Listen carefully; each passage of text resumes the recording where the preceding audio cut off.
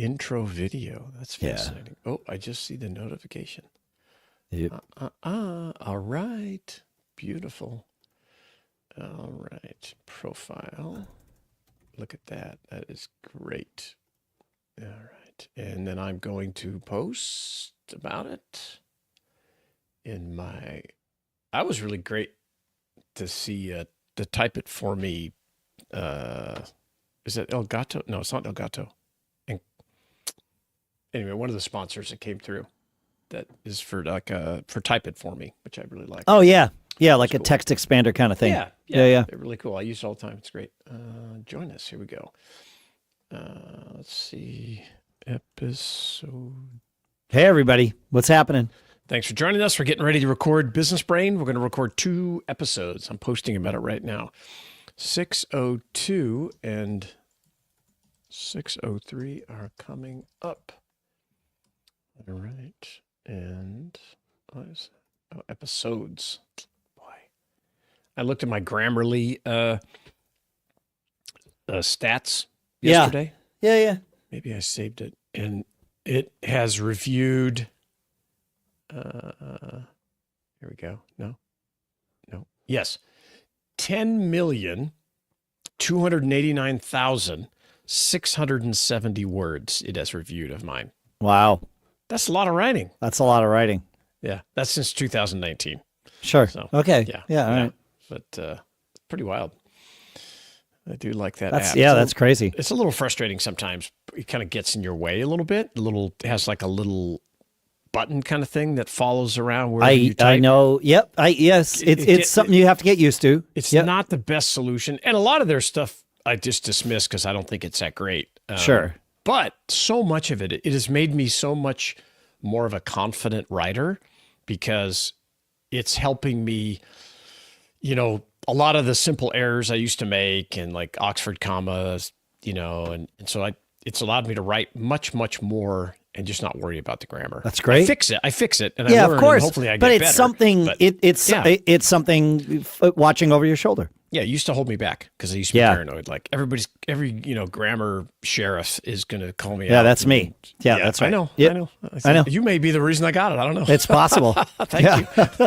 Yeah, if so, you're welcome. That's right. That's good. You changed my life. That's beautiful. That's it. It's beautiful. All right. Any other business? Any other housekeeping? No, I think we're good. Awesome. Let's do it. Okay. Yeah, I feel good about that. I feel good about this. That's what we're going to do.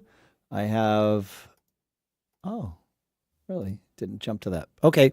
Here goes absolutely nothing. We are streaming. Everything's good. Okay. Yep. Oh, wrong show. Man, I had the wrong podcast in mind. Oh, that would be bad. It would be something for me to hit this thing and go, gig gab, which is exactly what I was going to do. We just start over. Yeah, right, exactly. Yeah. That's right. That's the beauty of running it yourself. You just get to do it again. I just get to do it again. That's it. Yeah. Nobody's going to be mad at you. Go. No, here we go. Business Brain, episode 602 for Wednesday, November 27th, Drinksgiving 2024.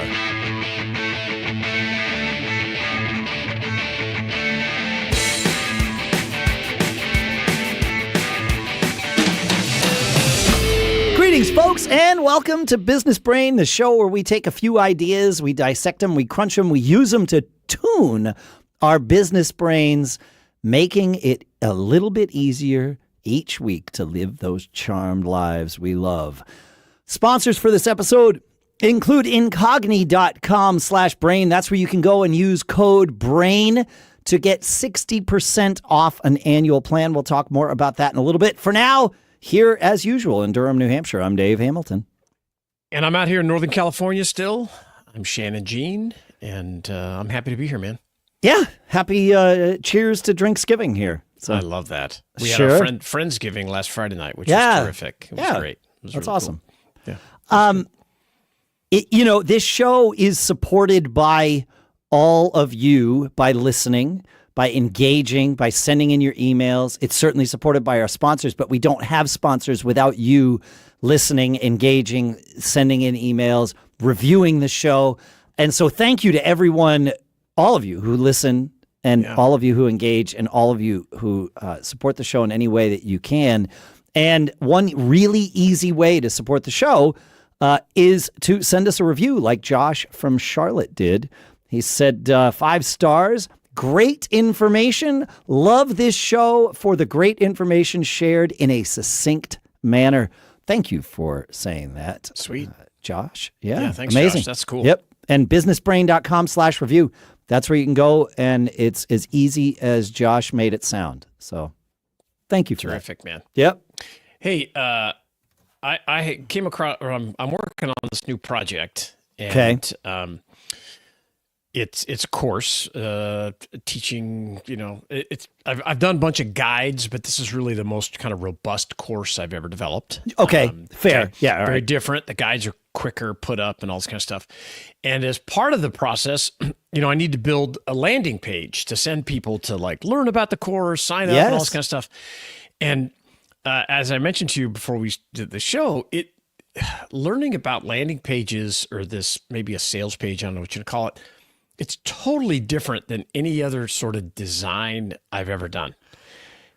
It is so uncomfortable for me to build this thing this way, yet every other course and successful teacher, entrepreneur, they build them very similar to this method. And are you like telling a story in the page and then eventually giving people a place to sign up? Or here's the way it works. You have this top section, right? And that's kind of your hero section. So there's a video there that talks about the course. That's me. I'm talking yada, yada, yada. Yeah, right. That's you. And then there's a button that says, great, but get it now. And then you scroll down the next section and it's like, oh, convince me a little bit more. And there's a little bit more about it. And there's another button that says, buy it now. And then you scroll down the page a little more and it says, well, maybe I need a little more information about this, this, and that. There's another button.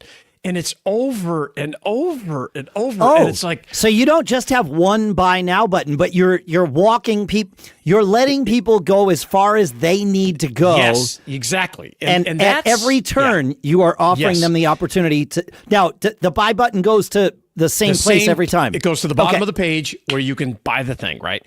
And I would so if- never design a page that way. Dude. So I ask some people that I know. I'm like, hey, what do you guys think of this? They're just like, oh, it's so busy and it's that and it's this.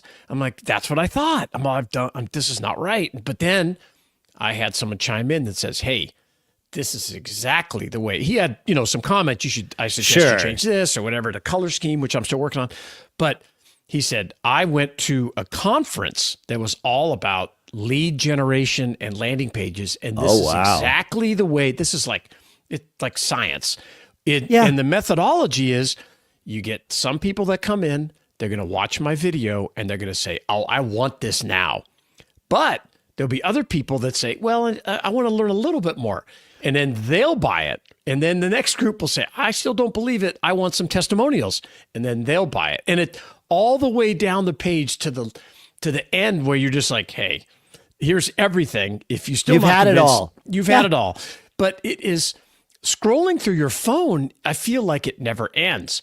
And this comment, I think that might be the point. yes, that's his comment. He's like, "Oh yeah, it's as much as you want or as little as you want." And he's like, "You're going to get." And we track the call to action buttons. Each have their own tracking, of course. So you can see who's, how many people are buying in the first section and the second and the third and the fourth and the fifth and the sixth and seventh and eighth. And it's so weird to I can't wait to hear about your metrics on this. Yeah, no, I mean, it makes sense, right? I guess. We were having a conversation. It was actually with one of our agency partners. They're bringing on a new client that's new to the agency, and we're one of the first shows. One or more of our shows is the first things that they're pitching because they know our shows perform, and we're gonna put on a good face that's gonna make the agency look good to their client, right? So, but it's very early in the relationship between the agency and this client, and so it's like we give them all the information, and they come back, and it's like, oh, well, what about this? And what about this? And what is the job description of the people that listen to this show? And finally, I said, it reminded me of many other things in life, but one of them specifically was the whole mortgage process, where gosh. they will just keep asking for information until the day the note is supposed to close, right? Yeah. Like that's because then they have no reason to ask after that date. And I've learned with mortgage brokers or banks, lenders in general, that I tell them right up front, you have until this day, which is usually like 2 weeks before it's supposed to close, to ask me for anything you want. Yeah. And I will get it to you. But after that day, the only thing you can call and tell me is that you will not be writing me the note. You don't have enough information. Yeah. Yeah. And that way I know I have time to go to somebody else. Because I can't have you dragging this along up until the end.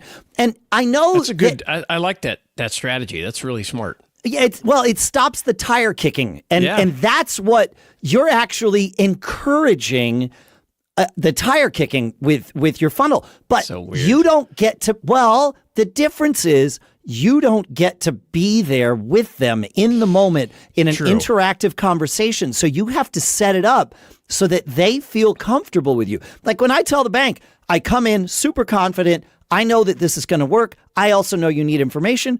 We're going to draw a line on this date that seems so far into the future the day I say it. Yeah, of course. But when it happens, they're like, what do you mean? Like, oh, don't you remember? Oh, yeah, we do remember. I'm going to use that trick. Yeah, it's great. And it works most of the time. Sometimes they'll say, well, we can't do it without this.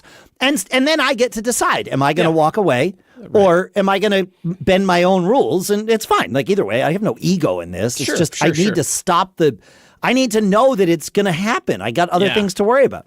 But you're encouraging that very natural human behavior of tire kicking. Yeah. Right. And I say tire kicking because that's what people that are buying cars, they already have all the information they need.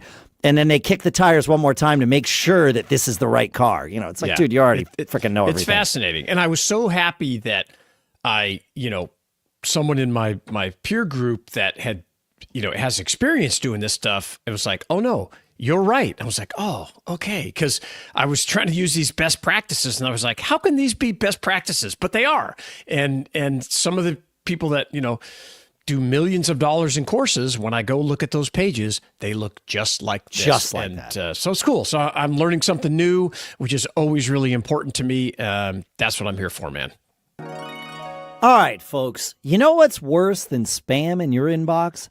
Spam in your life. That's what happens, though, when data brokers grab your personal info and toss it around like confetti at a bad party. But don't worry. Our sponsor, Incogni, is here to clean up the mess. Imagine this. Your data is out there doing shady backroom deals with marketers, identity thieves, and who knows who else. Incogni steps in like a top-tier negotiator and says, not on my watch. They contact data brokers, demand your info be deleted, and keep them from creeping back for seconds. It's like having a digital bodyguard for your identity. And here's one of my favorite parts. Incogni is automated. You sign up, grant them permission, and let them do all the heavy lifting while you sit back with your coffee or your cocktail, whatever you like. Oh, and you can extend this protection to 4 friends or family members with their plan. That's right. One subscription can cover your inner circle too. So why procrastinate? We talk about this on the show. Don't procrastinate. Take your personal data back with Incogni. Use code BRAIN at incogni.com/brain and get 60% off an annual plan. That's code BRAIN at incogni.com/brain and get 60% off an annual plan. Your privacy deserves VIP treatment, and our thanks to Incogni for being there to provide it and for sponsoring this episode. You ever get bored, Shannon? Too often than I would like to admit. It happens. It doesn't matter how much stuff you have going on, you can still fall into that boredom rut. Yeah.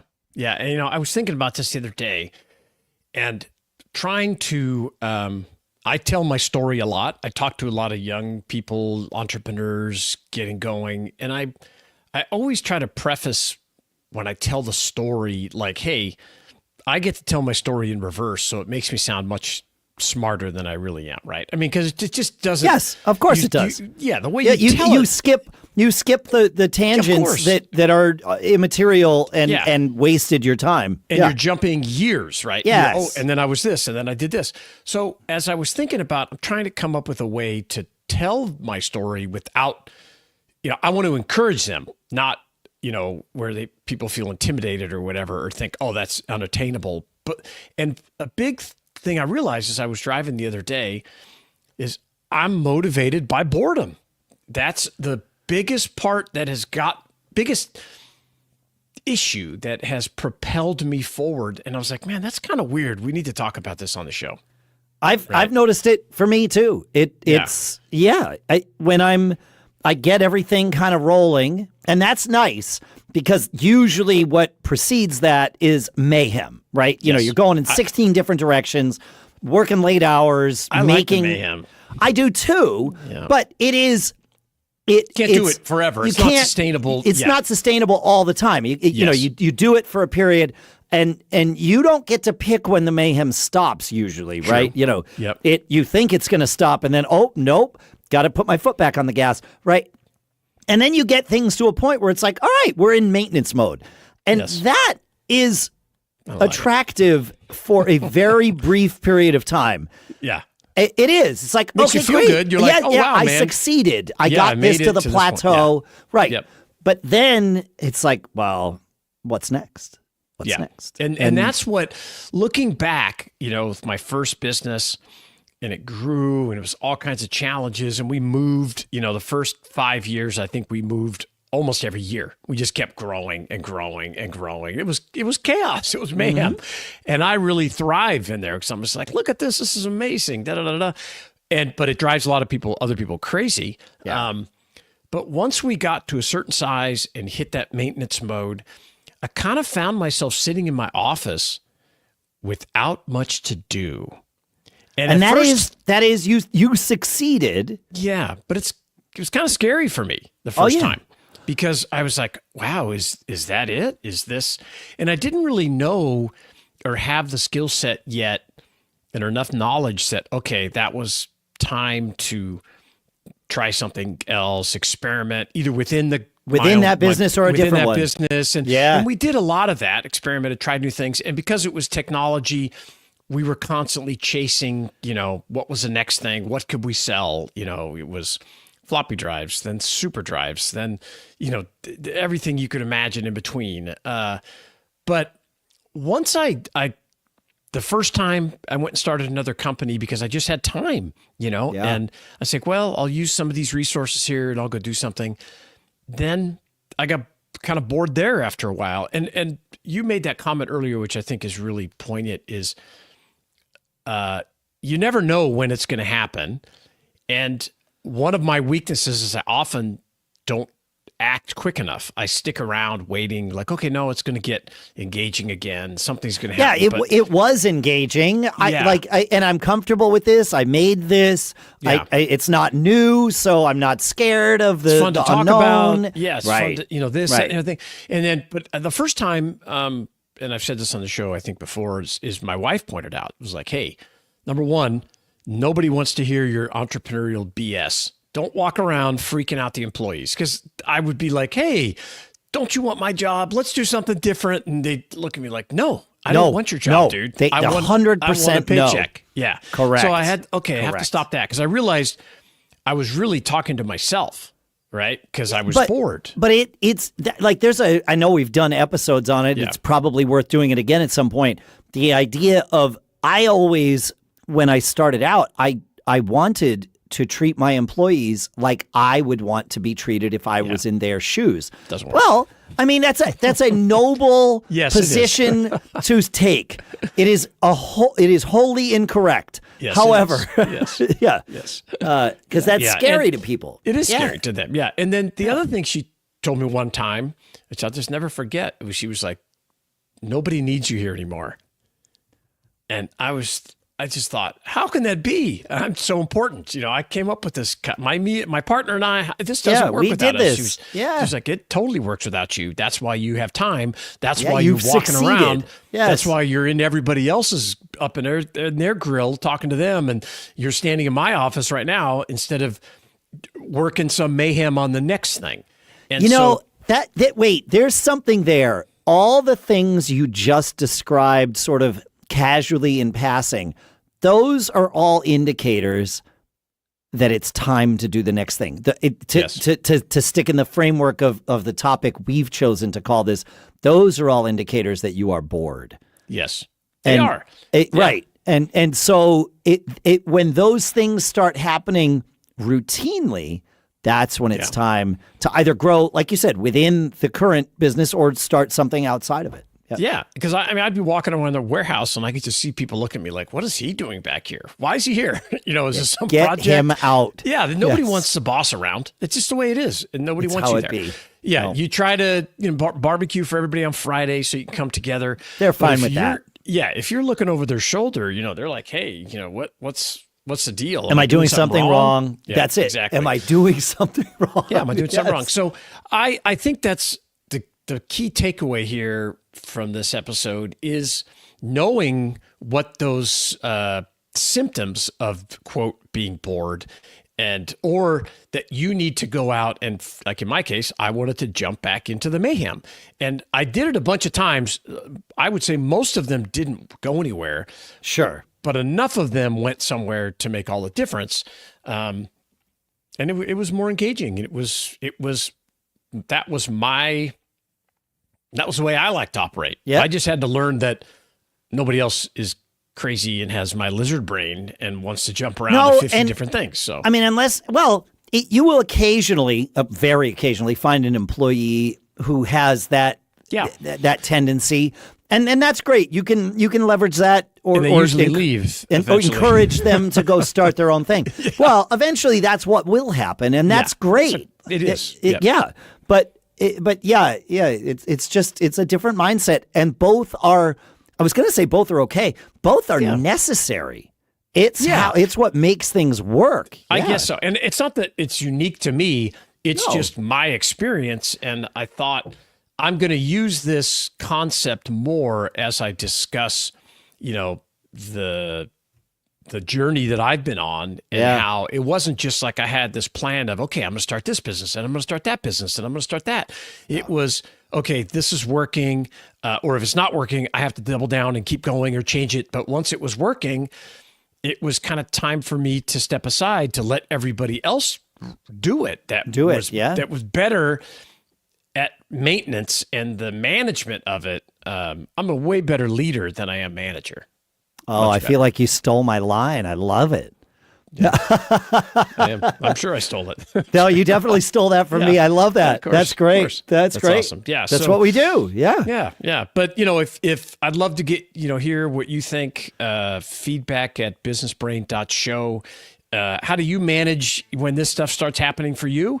And has it paralyzed you, which sometimes it has for me too, or has it pushed you ahead to do the next thing and start something new? Love it. And you've also inspired me. I added another topic to for a future episode, but I am going to leave that unsaid right now because I think it will be better when framed. Keep living that charmed life. Feedback at businessbrain.show and businessbrain.com/review. Help us all keep living that charmed life, and we'll see you on Friday. And we're out. Sweet. You said businessbrain.com, so. Did I really? Yeah. Really? Yeah. You said businessbrain.com/review, but that, just rolling. So you may want to peel that back. That's weird, though. I know that's interesting. I've never heard you say it.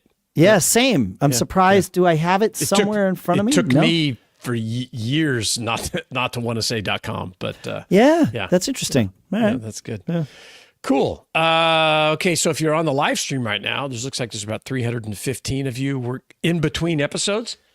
Excuse me. And Dave is going to prep our first episode. So we like to call ourselves lazy podcasters because we want to publish just quick. That's it. We're not worried about sounding perfect and doing everything Sometimes right. we'll even say businessbrain.com. There and you it's go. okay. Especially me, or I'll mention the wrong sponsor and we'll have to change stuff. But for the most part, we don't.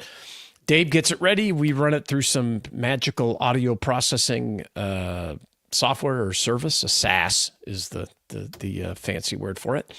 And then we publish that one. We just recorded will go out tomorrow. I'm always amazed at how I'm a guest on podcasts often.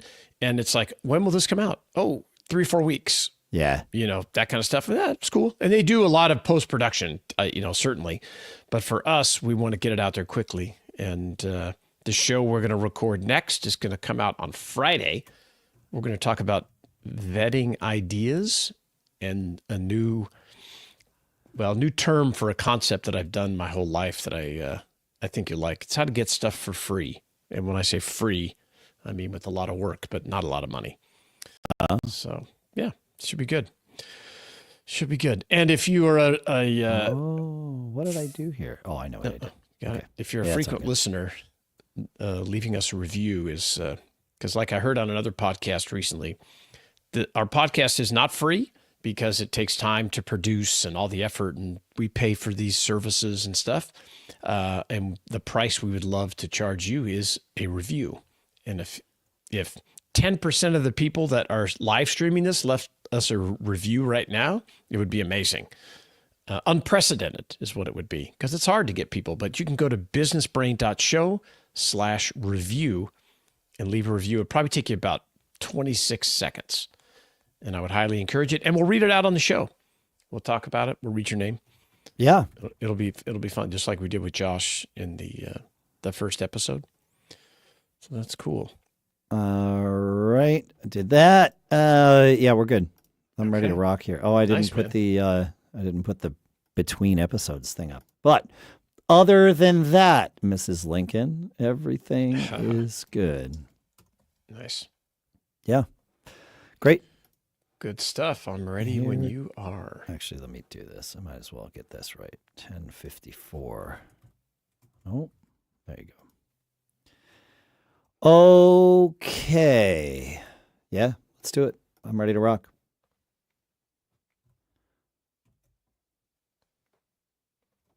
Business Brain, episode 603 for Casual Friday, November 29th, National Day of Listening 2024.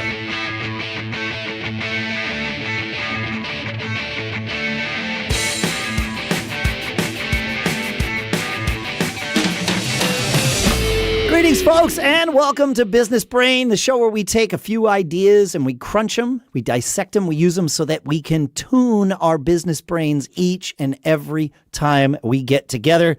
Here on this National Day of Listening, our sponsor is incogni.com/brain, where you can go to get 60% off of an annual plan using code BRAIN there, and we will give you something to listen to about that in a little bit. For now, here in Durham, New Hampshire, I'm Dave Hamilton. Hey, and out here in Northern California, I'm Shannon Jean. I love that. 60% off. That's pretty sweet. Yes. It's pretty good. Yeah, it's a good thing. Yeah, man. Yep. Love it, love it, love it. You mentioned something as we were talking earlier about having the ability to vet ideas quickly. And I wanted to learn more about this concept that you were talking about. Yeah, and ability, I'm hesitant to use like the term ability or skill. It's the awareness to vet ideas quickly. The awareness of the value of vetting ideas quickly. Because I think most of us already have the ability to do this. This is not something you need to learn and eventually you'll be able to do. Certainly, like anything, you do it more, you get better at it. But you can do this right away. And I know that you already know how to do this. Now you will be aware that you know how to do this or know to do this. And it's this concept of vetting ideas quickly. I had a business partner, somebody who's been a business partner in the past, call me up with an idea just earlier today. And he was like, do you have, and he brought somebody else into, so there were three of us on this call. He's like, I have this idea. And he's like, I need to know if it's crazy or not. And So he talked about it and he shared the idea with us. He shared enough of it that we understood it, on the surface what it was. We could start asking questions. Okay. And it was like, okay, what I immediately started thinking was, okay, how much time is this going to take? And how long is it going to pay off? And it was very clear that this particular idea, even the way he pitched it, was a short-term payoff. It was like, we could get together, we could build a system to do this, and we could make this. All right, and it was sure. like, all right, well, I kind of looked, I'm like, am I understanding this right? We're going to put in X amount of work and we're going to get a payoff. What do we think the maximum payoff would be? And it was like, is it $1 million? And it was like, no. Like, okay, is it $100,000? Maybe. Okay. Right. Neither of those numbers is small. Like, Sure. It's Depends fine. on how much time you have to put in. That's the thing. The effort to make that, right? Yeah, there's lots of things at risk, right? There's your time that's at risk. There's the distraction from other things, right? All of those things. And you need to be able to look at all that and say, okay, on paper, it's like, hey, if I do this, I can make, if we do this, we can make $50,000. Let's say that's about like where it was going to be. Might have been $100K, but better to be conservative with estimates here. Makes sense. And if we think it's going to take 3 weeks to build this thing, it's going to take 6. Okay, great. So 6 weeks of Yes, work it will. for $50K. And then is there any benefit that we see to this thing that we're going to build that would continue paying residuals to us down the road? And the answer was a pretty easy no. And so it was like, all right, I think I'm a thumbs down on this. Like, I would rather take this idea, let's continue to crunch it and see if there's something that can just pay. Like, I don't need it to pay $50,000 every month, but if it paid $10,000 every month and didn't ever stop, that's way revenue. more valuable. Yes, right? It is. And I know what's valuable to me. Now, somebody out there might be listening and being like, Dave, I'm exactly the right kind of person to do that. That's how I fund my life. I do 6-week projects that pay off $50K, and I know it cost me $25, so I made a net of $25, and then I just go do it again. And this is how I love to fund my life this way. It keeps me from being tied to something that's happening long term. You might be that person. I'm not, right? And so I knew for me, no. This ain't it. It's not that it's a bad idea. Yeah, sure. It just doesn't. I mean, if it's an idea that you could put 6 weeks of work in and get $50K, maybe like that's actually a pretty good idea. Pretty good idea. But I don't. That's not how I like to run my life, and I know that it probably won't. Like, there's all kinds of risks. It's not guaranteed to pay this off, right? Sure. So I like to set up systems, not just go after the big, I'm not after the big kill. I'm after the slow burn. Yes, way more valuable. For me. Yeah. I have learned over the years to make those vet ideas and opportunities. Maybe that's the right term, is opportunities. Yes. And yes. I'll give you a good example. So I have people in a mastermind that I help learn about auctions and buying things. Yeah, okay. And we were on a call about a week ago, and this person brought up, shared the screen, and it was a deal to buy, like, the retail value of this was like $2 million. And what it was this infusion. A quick backstory. There's Kohler, which is a shower, whatever, faucet manufacturer. They make this thing you can put in your shower to infuse, like, scents of eucalyptus. Oh, okay. This kind of stuff. Sure. Like, they maybe have at spas or whatever. Yep. Well, they were auctioning off some of these systems, but the big thing they had was about $2 million of the kits that you put in this system, like eucalyptus or mint or jasmine, whatever it is. So this student of mine was really excited. Look at this. It's selling for like next to nothing. And I immediately look at that. And I said, there's a reason why there's $2 million. Well, number one, you need to find out how many of these spritzing or whatever they are systems are there installed in the country. Oh, right? yeah. Who are Because your customers? Right. I mean, if there's only thousands, that's a big problem because where are you going to sell them? And quickly deduced that it was a horrible deal at any price because you were going to take truckloads worth of this product that effectively is going to be very difficult to sell no matter what you paid for it. So a lot of companies auction things off just to get them to go away, right? Oh, of course.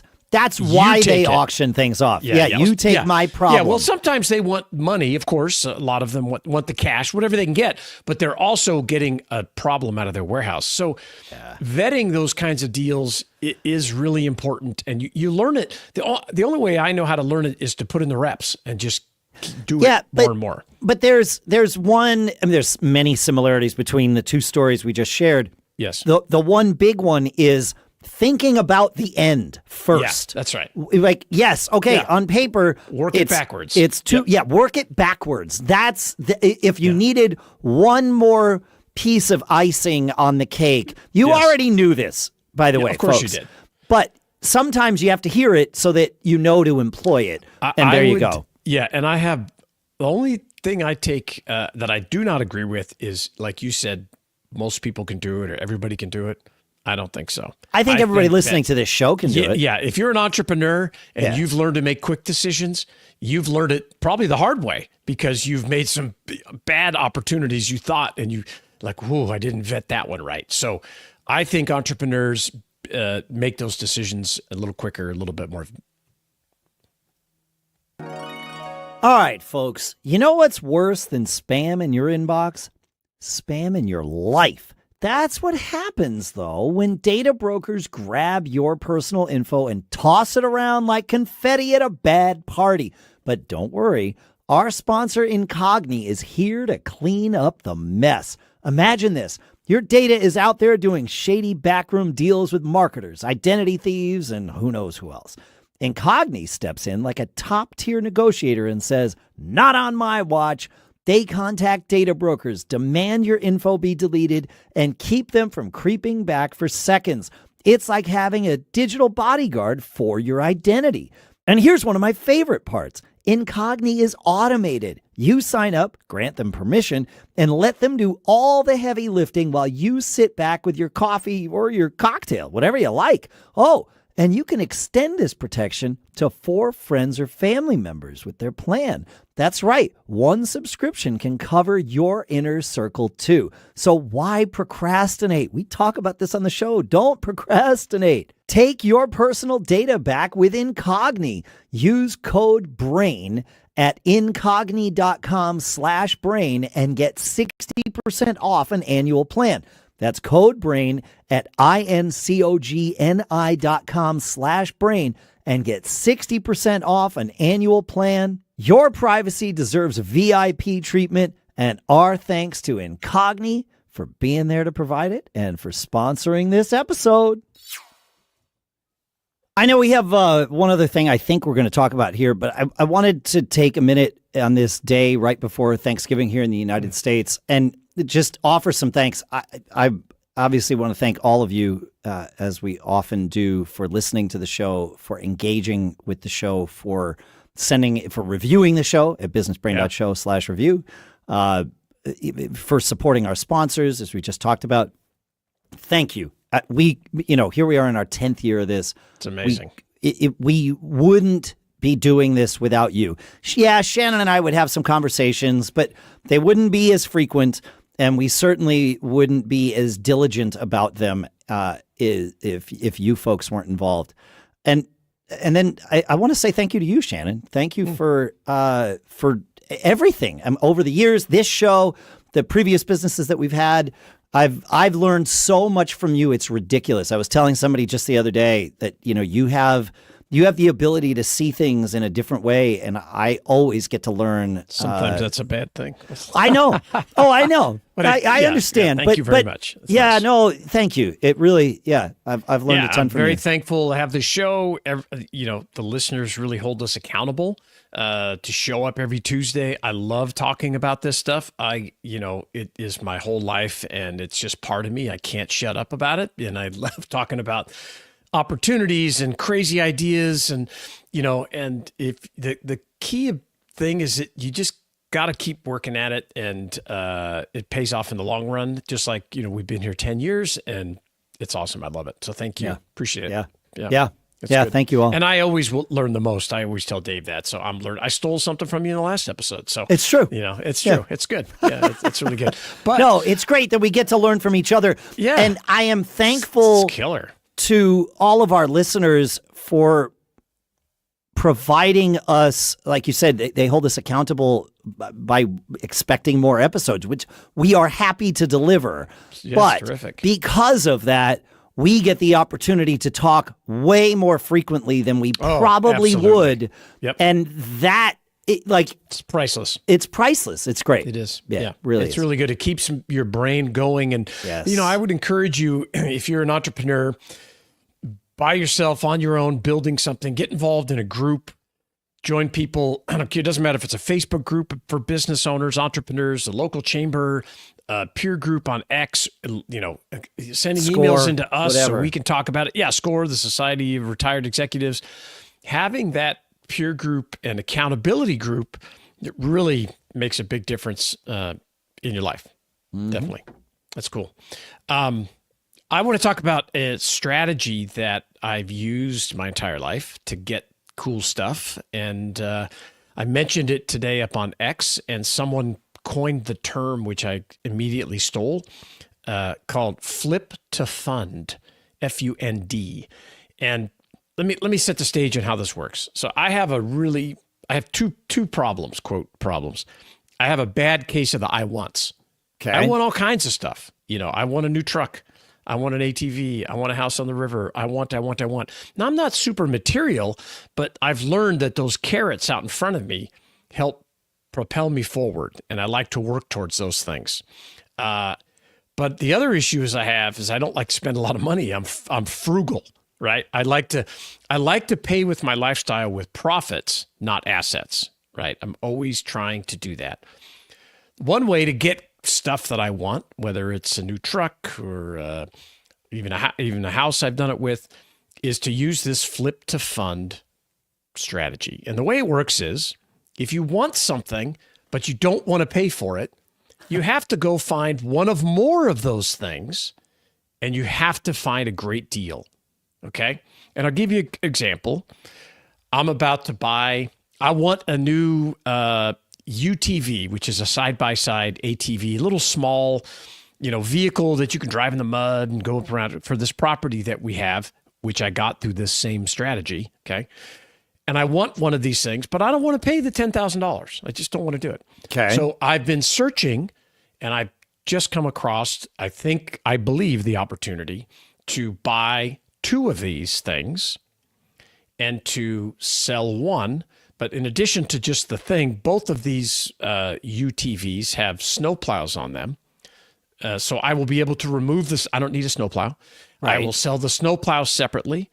I will sell the other UTV, and I will get my UTV for free.